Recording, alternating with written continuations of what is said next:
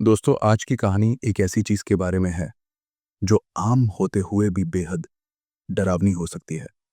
ये कहानी है गुप्ता परिवार की, जो मध्य प्रदेश के एक शहर रतलाम में एक साधारण फिर भी संतुष्ट जीवन जी रहा था।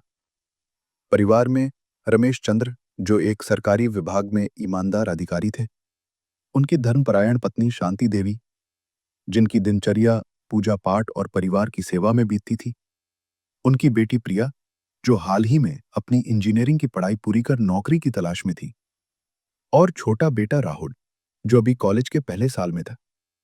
उनका घर छोटा था, लेकिन प्रेम और सौहार्द से भरा था। रमेश चंद्र अपनी नौकरी से संतुष्ट थे, शांति देवी अपने घर में खुश थी, और बच्चे अपने भविष्य के सपने बुन रहे थे।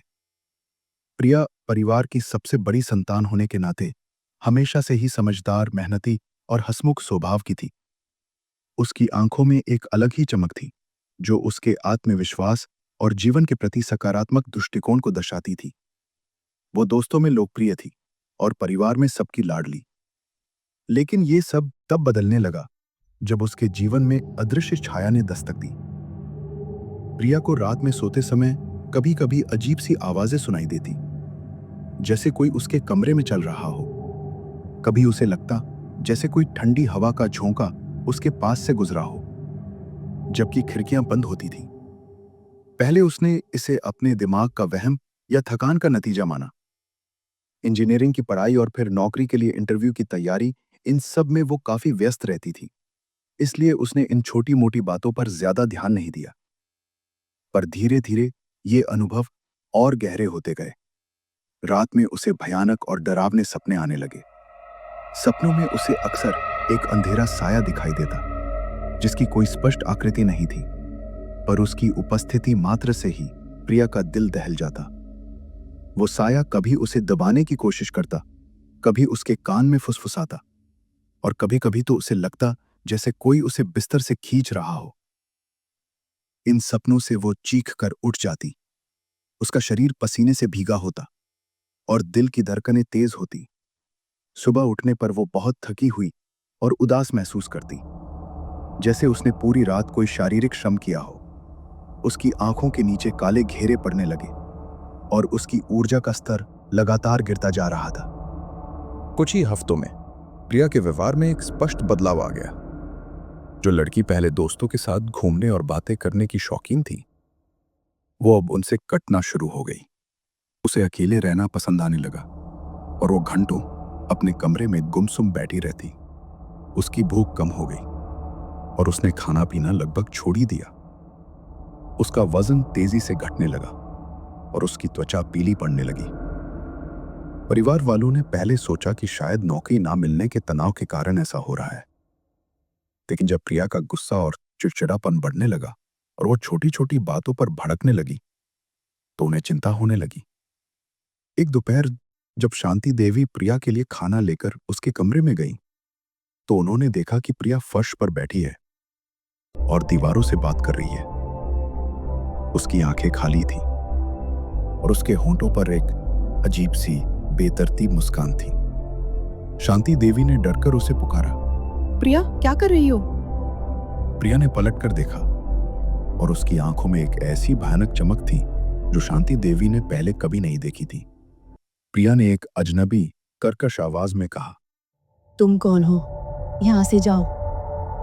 शांति देवी कांपते हुए कमरे से बाहर निकली और रमेश चंद्र को बुलाया। रमेश चंद्र ने प्रिया की हालत देखी तो उनके पैरों तले जमीन खिसक गई। उन्होंने तुरंत उसे शहर के सबसे बड़े अस्पताल ले जाने का फैसला किया। वहां कई डॉक्टरों और विशेषज्ञों ने प्रिया की जांच की, blood test, MRI, CT scan. सब कुछ सामान्य आया। कोई शारीरिक बीमारी नहीं थी।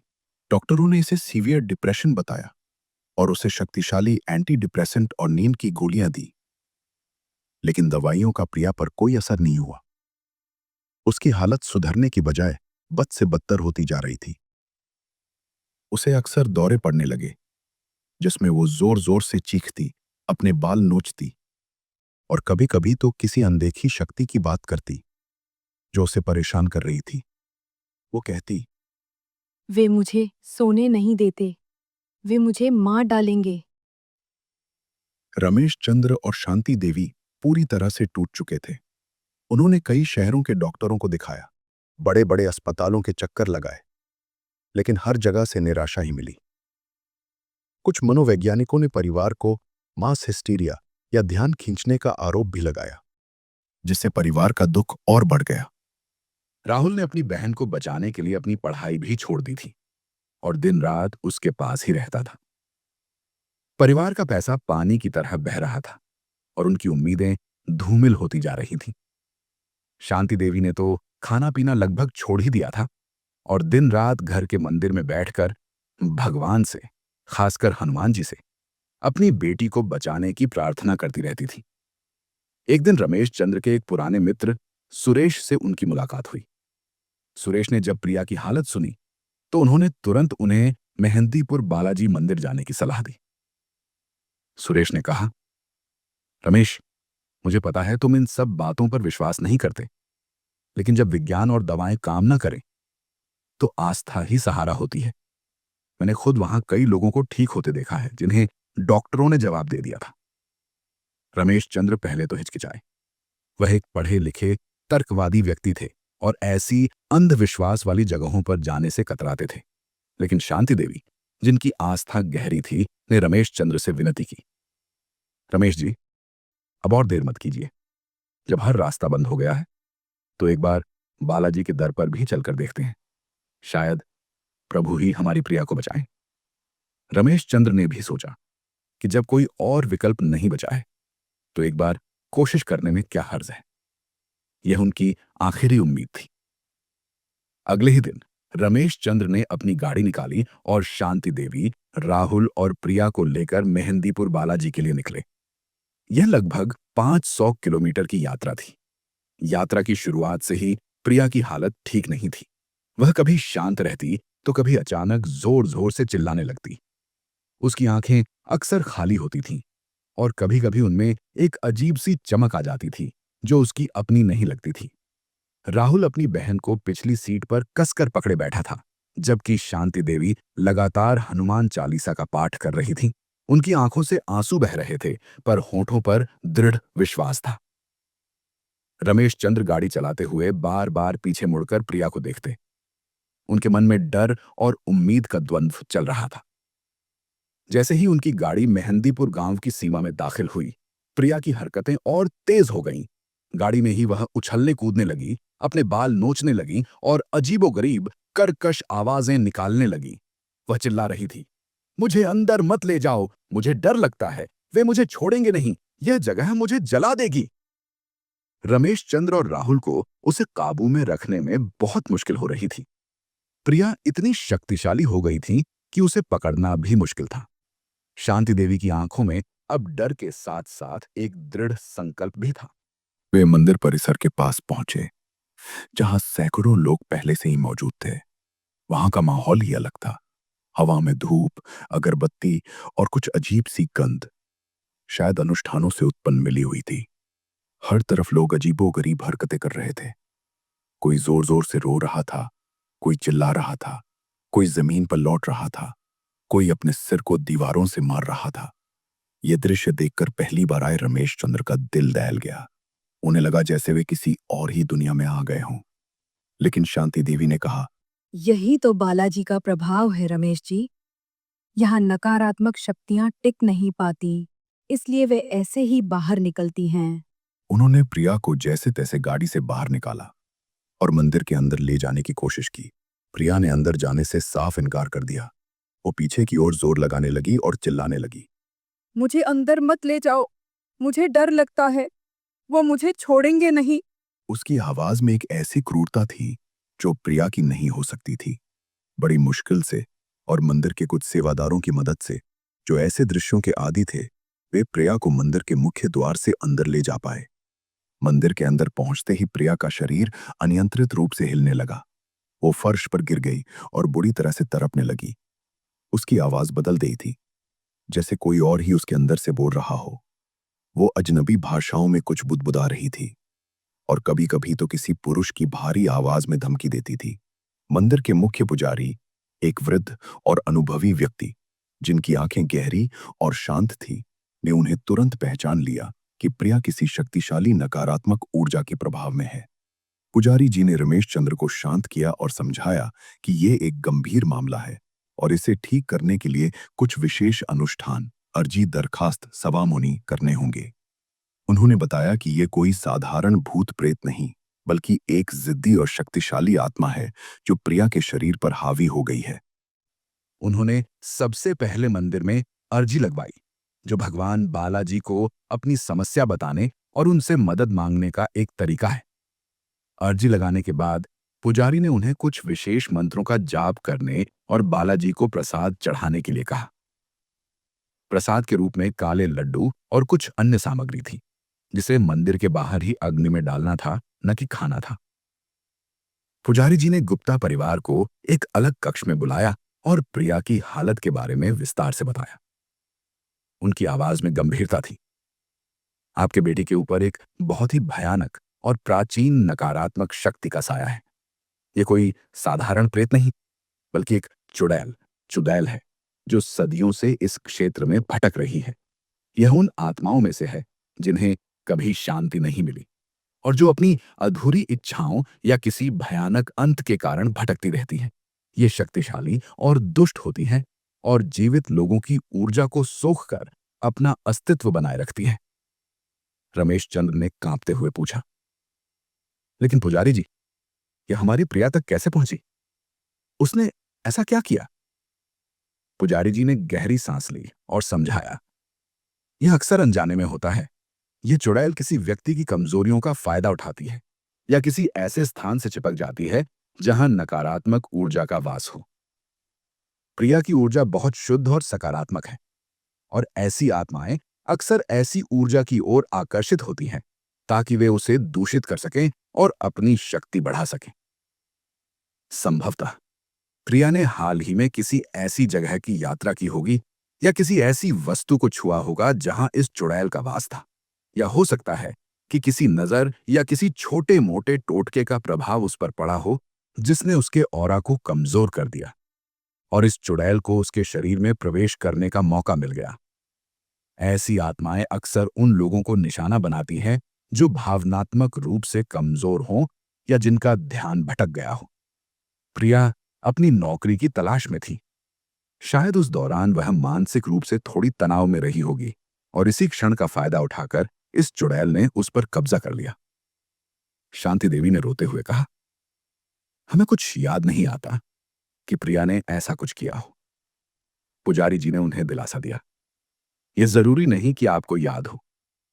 ऐसी चीजें अक्सर अनजाने में होती हैं। महत्वपूर्ण यह है कि अब हम यहां हैं और बालाजी महाराज की कृपा से हम इसे प्रिया के शरीर से बाहर निकालेंगे। यह चुड़ैल बहुत जिद्दी है और आसानी से हार नहीं मानती, लेकिन बालाजी महाराज की शक्ति के आगे कोई भी दुष्ट शक्ति टिक नहीं सकती। अगले कुछ दिन गुप्ता परिवार के लिए बहुत मुश्किल भरे थे। प्रिया को मंदिर परिसर के अंदर ही एक विशेष स्थान पर रखा गया था, जहां पुजारी और उनके सहायक उसकी लगातार देखरेख करते थे। हर सुबह और शाम पुजारी जी द्वारा बताए गए अनुष्ठान किए जाते थे।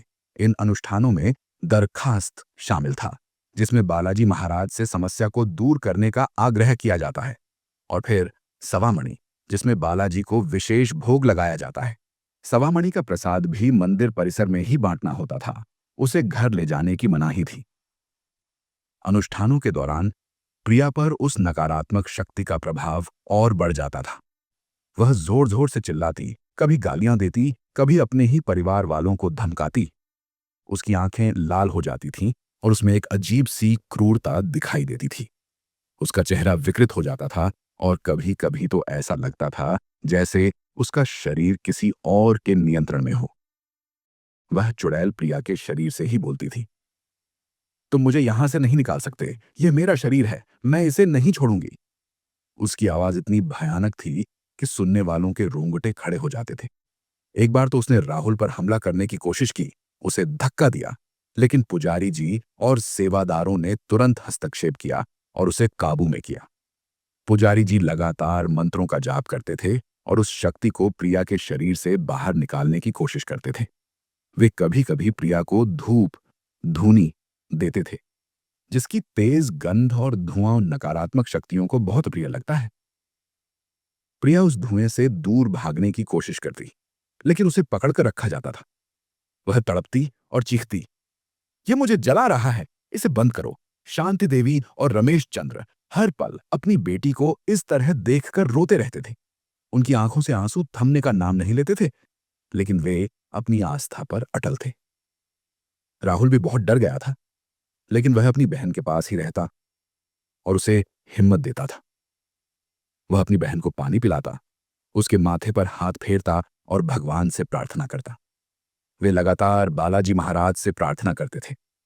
उन्होंने मंदिर के हर कोने में जाकर माथा टेका और हर तरह से कोशिश की कि उनकी बेटी ठीक हो जाए।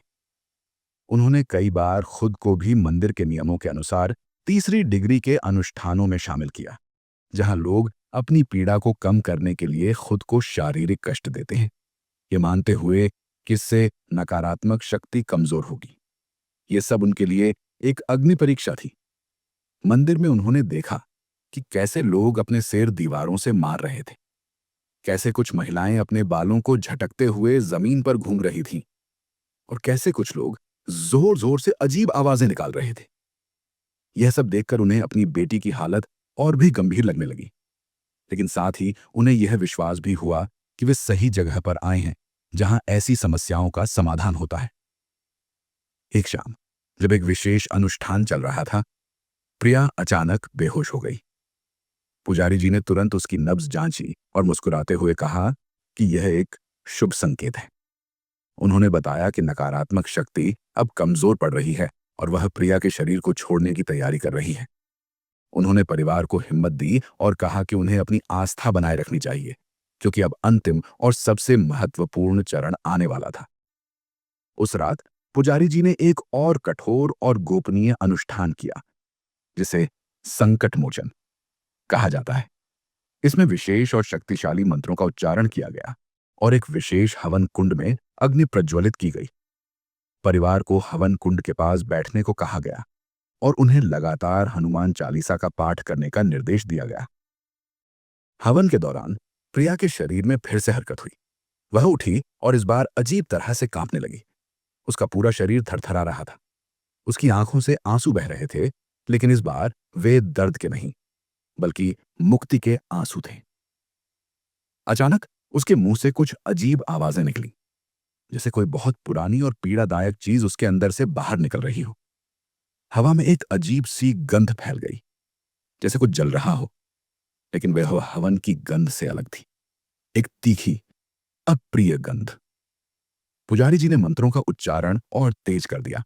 उनकी आवाज में एक अद्भुत शक्ति थी, जैसे वे सीधे उस चुड़ैल से युद्ध कर रहे हों। पुजारी जी ने एक विशेष प्रकार का धूप हवन कुंड में डाला, जिससे एक घना सफेद धुआं उठा। यह धुआं प्रिया की ओर बढ़ा और जैसे ही यह उसके शरीर से टकराया, प्रिया ने एक तेज, भयानक चीख मारी, जो पूरे मंदिर परिसर में गूंज गई। यह चीख इतनी तीखी थी कि रमेश चंद्र और शांति देवी ने अपने कान बंद कर लिए। चीख के साथ ही प्रिया के मुंह से एक काला धुएं जैसा पदार्थ निकला, जो तेजी से हवन कुंड की ओर बढ़ा और उसमें समा गया। जैसे ही वह धुआं हवन कुंड में भस्म हुआ, प्रिया शांत होकर जमीन पर गिर गई और गहरी नींद में सो गई। उसके चेहरे पर अब कोई तनाव नहीं था, सिर्फ एक गहरी शांति थी, जैसे वर्षों का बोझ उतर गया हो। अगले दिन सुबह जब प्रिया उठी, तो उसके चेहरे पर एक अलग ही शांति और ताजगी थी। उसकी आंखें साफ थीं और उसमें वही पुरानी आत्मविश्वास भरी चमक लौट आई थी। उसने अपने परिवार वालों को देखा और एक सच्ची प्यारी मुस्कान के साथ कहा, "आप सब यहां क्या कर रहे हैं? मुझे याद नहीं कि हम यहां कब आए।" उसे पिछली घटनाओं के बारे में कुछ भी याद नहीं था, जैसे वह सब कभी हुआ ही ना हो। रमेश चंद्र, शांति देवी और राहुल अपनी आंखों पर विश्वास नहीं कर पा रहे थे। उनकी बेटी, उनकी प्रिया बिल्कुल ठीक हो गई थी। उन्होंने उसे गले लगा लिया और उनकी आंखों से खुशी के आंसू बहने लगे। पुजारी जी ने बताया कि नकारात्मक शक्ति प्रिया के शरीर से पूरी तरह बाहर निकल चुकी है, लेकिन उन्हें कुछ बातों का ध्यान रखना होगा ताकि वह वापस ना आए। उन्होंने परिवार को कुछ सख्त नियम बताए, जिनका पालन करना अनिवार्य था। 8. मंदिर से कोई भी चीज, यहां तक कि प्रसाद भी, अपने घर वापस न ले जाए। यदि कोई चीज ले जाते हैं तो नकारात्मक ऊर्जा उनके साथ वापस आ सकती है। यह नियम इतना महत्वपूर्ण था कि लोग मंदिर से बाहर निकलते समय कभी पीछे मुड़कर नहीं देखते थे, भले ही कोई आवाज दे या कुछ भी महसूस हो। 2. पीछे मुड़कर न देखें। जब वे मंदिर परिसर से निकल रहे हों तो पीछे मुड़कर न देखें, चाहे कितनी भी जिज्ञासा हो या कोई आवाज दे। 3. मांस और शराब से दूर रहें। परिवार के सभी सदस्य, खासकर प्रिया, को कम से कम 1 साल तक मांस और शराब का सेवन नहीं करना था। 4. नियमित पूजा और ध्यान। घर जाकर भी प्रिया को नियमित रूप से हनुमान चालीसा का पाठ करना होगा, भगवान बालाजी का ध्यान करना होगा और हर मंगलवार को हनुमान मंदिर जाना होगा। 5. किसी से भी मंदिर के अनुभव साझा न करें। पुजारी जी ने उन्हें यह भी सलाह दी कि वे अपने इस अनुभव को हर किसी से साझा न करें, क्योंकि कुछ नकारात्मक शक्तियां ऐसे अनुभवों से आकर्षित हो सकती हैं। गुप्ता परिवार ने खुशी खुशी इन सभी नियमों का पालन किया। वे बालाजी महाराज का आभार व्यक्त करते हुए अपनी गाड़ी में रतलाम के लिए वापस रवाना हुए। इस बार की यात्रा पिछली बार से बिल्कुल अलग थी। प्रिया शांत और खुश थी, खिड़की से बाहर के दृश्यों का आनंद ले रही थी। उसके चेहरे पर एक नई चमक थी, जैसे उसे एक नया जीवन मिला हो। रमेश चंद्र और शांति देवी के चेहरे पर संतोष और कृतज्ञता का भाव था। राहुल अपनी बहन को ठीक देखकर बेहद खुश था। घर लौटने के बाद प्रिया ने अपनी सामान्य दिनचर्या फिर से शुरू कर दी। उसने अपनी नौकरी की तलाश जारी रखी और जल्द ही उसे एक अच्छी कंपनी में नौकरी मिल गई। वह पहले की तरह ही हंसमुख और मिलनसार हो गई थी, लेकिन अब उसमें एक नई परिपक्वता और आध्यात्मिक शांति भी थी। गुप्ता परिवार अब पहले से भी अधिक धार्मिक हो गया था। वे हर मंगलवार को हनुमान मंदिर जाते और बालाजी महाराज का स्मरण करते थे। उन्होंने अपने घर में एक छोटा सा बालाजी मंदिर भी स्थापित किया था, जहां शांति देवी नियमित रूप से पूजा करती थी। ये कहानी गुप्ता परिवार के लिए एक अविस्मरणीय अनुभव था, जिसने उनकी आस्था को और मजबूत कर दिया। वे आज भी मानते हैं कि मेहंदीपुर बालाजी सिर्फ एक मंदिर नहीं, बल्कि एक ऐसा स्थान है जहां असंभव भी संभव हो जाता है, जहां आस्था और श्रद्धा से हर बड़ी से बड़ी समस्या का समाधान हो जाता है। उनके लिए मेहंदीपुर बालाजी केवल एक तीर्थ स्थल नहीं, बल्कि एक जीवन रक्षक था, जिसने उनके परिवार को एक अदृश्य छाया से मुक्ति दिलाई और उन्हें यह सिखाया कि कुछ रहस्य ऐसे भी होते हैं जिन्हें विज्ञान नहीं, बल्कि केवल आस्था ही सुलझा सकती है। तो दोस्तों, ये थी आज की कहानी। और सबसे आखिर में, आपको यह कहानी कैसी लगी मुझे कमेंट कर जरूर बताइए, और कुछ लाइंस में यह भी जरूर बताइए कि क्या आपके आसपास भी किसी के साथ ऐसी घटना हुई है। तो चलिए, जल्द ही मिलते हैं अगली कहानी के साथ। तब तक के लिए